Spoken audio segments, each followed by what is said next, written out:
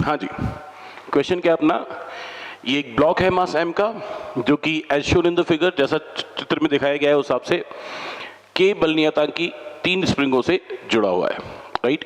2 स्प्रिंगें परस्पर लंबवत हैं और तीसरी स्प्रिंग जो है वो इस रेखा के साथ 45 डिग्री का कोण बना रही है। यदि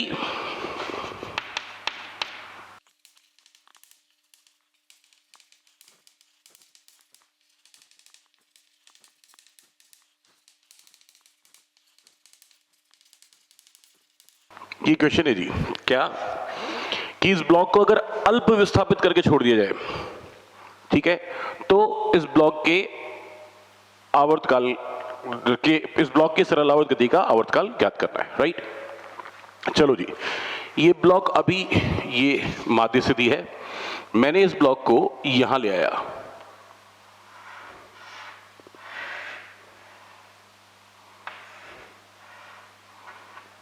ये ब्लॉक यहां आ गया, ठीक है जी। कितना विस्थापन हुआ, ये विस्थापन हुआ।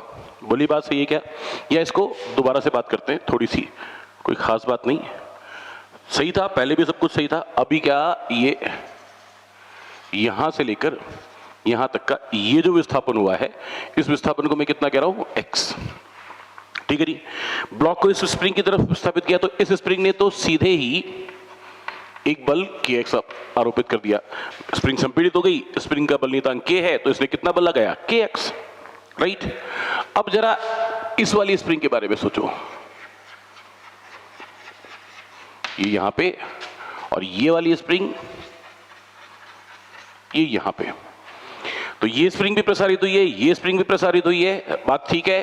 तो ये जो आपके पास विस्थापन आ रहा है, ये कितना आ रहा है, देखो ये यहां से लेकर यहां तक का विस्थापन x है, तो यहां से लेकर यहां तक का ये विस्थापन भी x है, और ये विस्थापन x है, तो मैं यहां पे एक परपेंडिकुलर ड्रॉ कर रहा हूं इस लाइन पे, राइट। दूसरी बात, एक बात और समझनी है कि ये ब्लॉक ऐसे था, अब ये ब्लॉक यहां पर है, ठीक है, तो ये स्प्रिंग ऐसे हो गई, ये स्प्रिंग ऐसे हो गई। पहले इनके मध्य कोण 90 डिग्री था, और अभी भी इनके मध्य का जो कोण है वो लगभग 90 डिग्री है, क्योंकि ये विस्थापन आपने कैसा लिया है, अल्प विस्थापन। बोलिए, ये बात बिल्कुल क्लियर है, ओके। तो मैं क्या कहना चाह रहा हूं कि ये कोण अभी भी पूरा का पूरा 90 ले रहे हैं, तो ये कोण कितना होगा, 45 डिग्री। यस, इस त्रिभुज को थोड़ा सा बाहर निकाल के देखो, ये विस्थापन था x, इस वाली स्प्रिंग का जो प्रसार हुआ है वो ये x डैश मान लेता हूं, ये प्रसार x डैश, और ये कोण लगभग 45 डिग्री आपके पास ऑलरेडी है। तो इस स्प्रिंग का जो प्रसार हुआ है वो कितना हुआ है, x डैश। वो निकालने के लिए क्या लिखो, इस त्रिभुज में x डैश कौन है, आधार, बटे ये x कौन है, कर्ण। आधार बटे कर्ण बराबर cos 45 डिग्री, तो x डैश बराबर आप कितना लिखेंगे, x cos 45 की वैल्यू 1/√2, तो x डैश इक्वल टू कितना आ गया, x बाय √2। हाँ या ना, बात क्लियर। फिर से सुने, ये वही ब्लॉक है जिसपे इधर एक स्प्रिंग का बल लग रहा है, कितना, k x डैश, इधर एक स्प्रिंग का बल लग रहा है, कितना, k x डैश, और x डैश की वैल्यू आपको पता है, तो आप इसको क्या लिख सकते हैं, kx अपॉन √2। यहां पे भी इसको आप क्या लिख सकते हैं, kx अपॉन √2। बोली बात सही है, kx dash is equal to kx upon √2, ठीक। और एक तीसरा फोर्स यहां से लग रहा है, कितना, kx।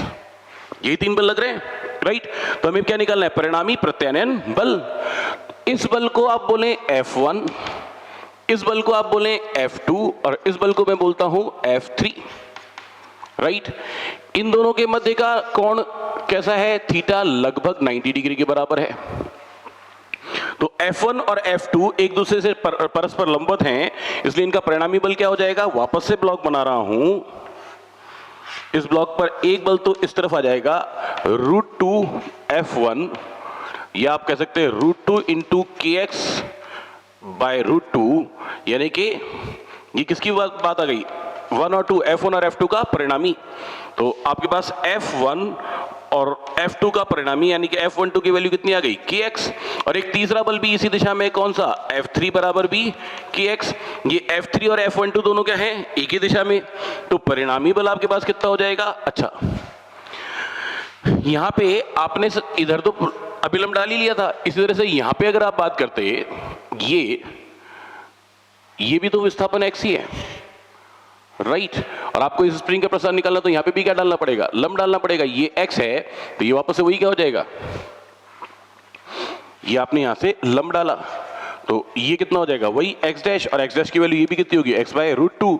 तो इसने कितना बल लगाया था kx डैश, इसने भी कितना बल लगाया था kx डैश, इसका बल कितना था kx/√2, इसका बल भी कितना था kx/√2, वही मैंने यहां पर लिखा है, हाँ या ना। तो परिणामी बल बराबर क्या लिखोगे, एक तो F1 और F2 का परिणामी आ गया आपके पास F12 जिसकी वैल्यू कितनी है kx, और एक तीसरा बल F3 भी इधर लग रहा है, वो भी कितना है kx। तो आपके पास परिणामी बल कितना हो जाएगा kx F12 प्लस F3 यानी कि F equals to kx plus kx, और साथ में आपने एक लगा दिया माइनस, माइनस क्यों लगा दिया, विस्थापन इधर था और प्रत्यानयन बल इधर लग रहा है, हाँ कि ना।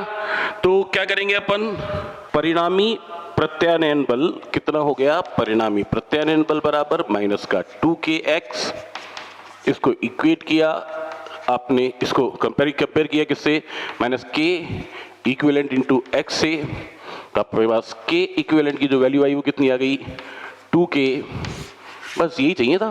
तो आवर्तकाल तो आ ही जाएगा। आवर्तकाल क्या लिखते हैं आप, t equals to 2 pi square root of m by k equivalent, यानी कि t equals to 2 pi under root में m अपॉन 2k। बोलिए ये बात सबको क्लियर, ओके। नेक्स्ट क्वेश्चन,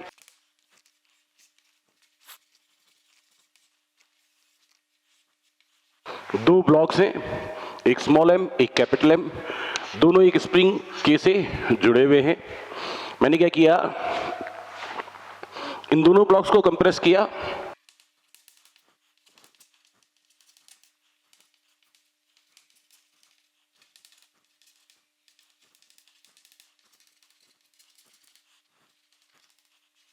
दोनों ब्लॉक्स को मैंने विस्थापित किया, स्प्रिंग को कंप्रेस किया और फिर छोड़ दिया। तो दोनों ब्लॉकों के दोलन का आवर्तकाल ज्ञात करना है, राइट। पहली बात, x कौन है, कुल संपीड़न।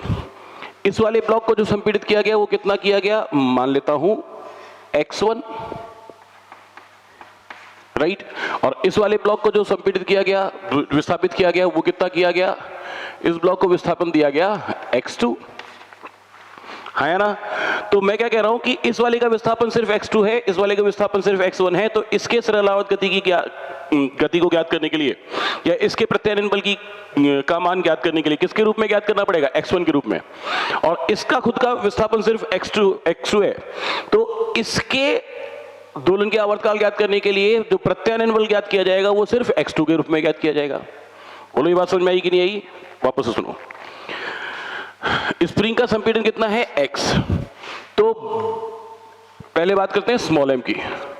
स्मॉल m के लिए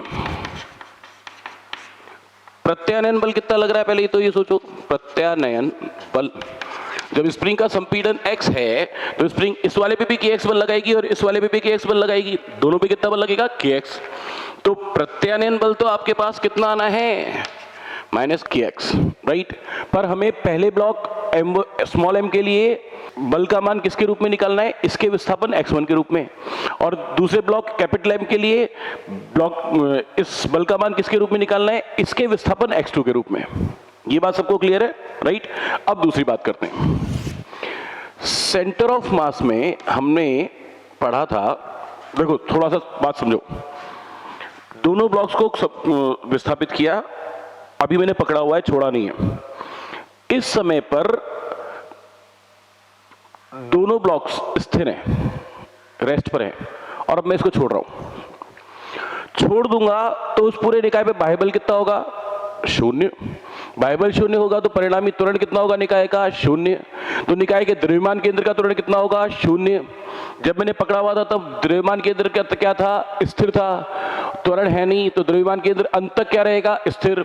एक ब्लॉक इधर जाएगा, एक ब्लॉक इधर जाएगा, पर द्रव्यमान केंद्र वहीं पर रहेगा। External force on the system is 0। Spring दोनों ब्लॉक्स पे बल लगा रही है, ये पूरा इस निकाय में हो रहा है, बाहर से कोई बल नहीं लग रहा है, तो निकाय पर कुल बाह्य बल कितना? 0। इसलिए x c m initially equals to x c m finally. निकाय के द्रव्यमान केंद्र की प्रारंभिक स्थिति और अंतिम स्थिति क्या रहेंगी? समान रहेंगी। तो इसको अपन डायरेक्टली क्या लिख सकते हैं? m1 x1 plus m2 x2 upon m1 plus m2 equals to 0। Yes और नो? m1 कौन? Small m। ये हमने पहले भी सीखा हुआ है ना, हम सेंटर ऑफ मास में ये बात सीख चुके हैं। और हम चाहें तो डायरेक्ट भी ऐसे लिख सकते हैं mx1 plus capital mx2 equals to 0। तो x2 इक्वल्स टू कितना आ जाएगा? माइनस का small m upon capital m into x1। Yes और नो? x2 का x1 के टर्म्स में वैल्यू आई है, और आपको क्या पता है? आपको पता है x1 plus x2 equals to कुल विस्थापन x है ना।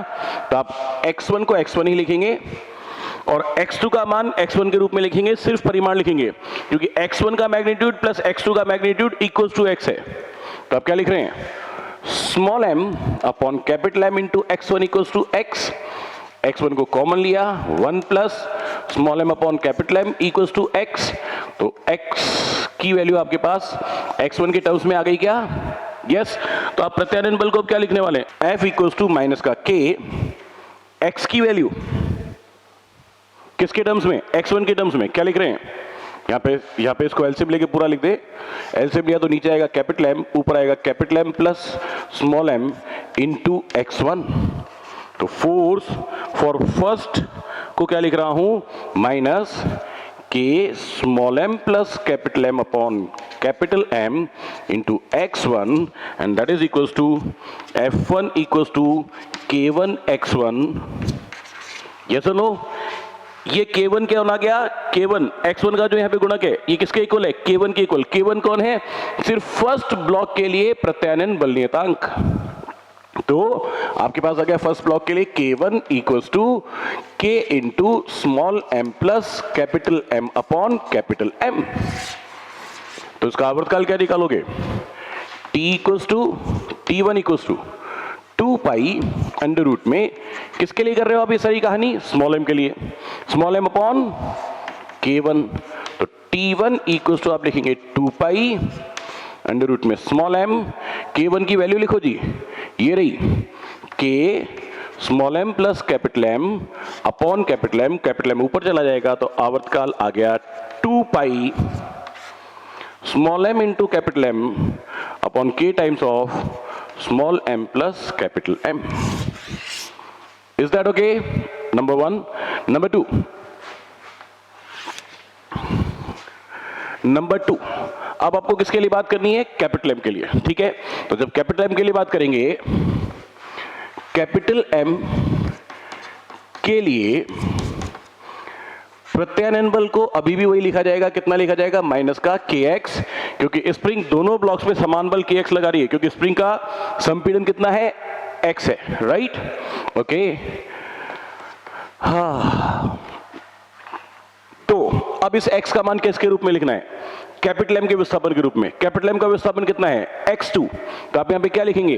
कैपिटल M के लिए इस x की वैल्यू x2 के टर्म्स में लिखनी है मेरे को, राइट? यहां पे x1 के टर्म्स में लिखिए। तो आप x2 इक्वल्स टू क्या सीखे थे अभी? Small m upon capital M into x1। x2 equals to small m upon capital M into x1। x1 की वैल्यू यहां से निकाल के लिखेंगे। क्या लिखेंगे? ऊपर आ जाएगा कैपिटल M, नीचे आएगा small m plus capital M into x। Yes और नो?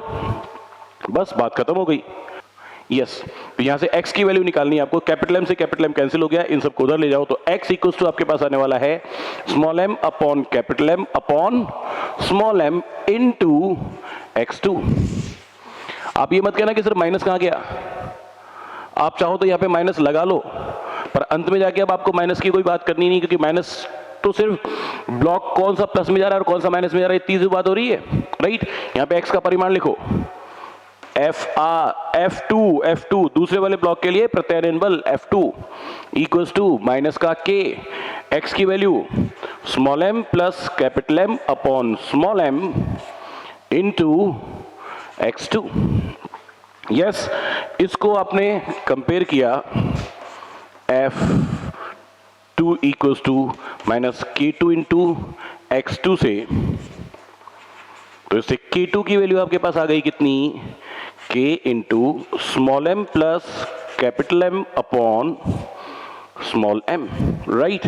और अब आप क्या करने वाले हैं, आप यहां पे लिखने वाले हैं किसकी वैल्यू, k2 की वैल्यू से आवर्तकाल t इक्वल्स टू 2 पाई, किसके SHM की बात हो रही है, कैपिटल M की, तो द्रव्यमान भी किसका लिखेंगे, capital M, okay, upon k2, तो आवर्तकाल 2 पाई अंडर रूट में कैपिटल M अपॉन k2 की value k into small m plus capital M upon small m, वो चला गया ऊपर, ये आपके पास आ गया आवर्तकाल। एक और बात साथ में क्या देखी आपने ये देखा कि यहां जो भी आवर्तकाल आ रहे हैं वो सारे आवर्तकाल, दोनों आवर्तकाल, इस आवर्तकाल को क्या बोलूं, T2 सेकंड वाले का, इसलिए है ना।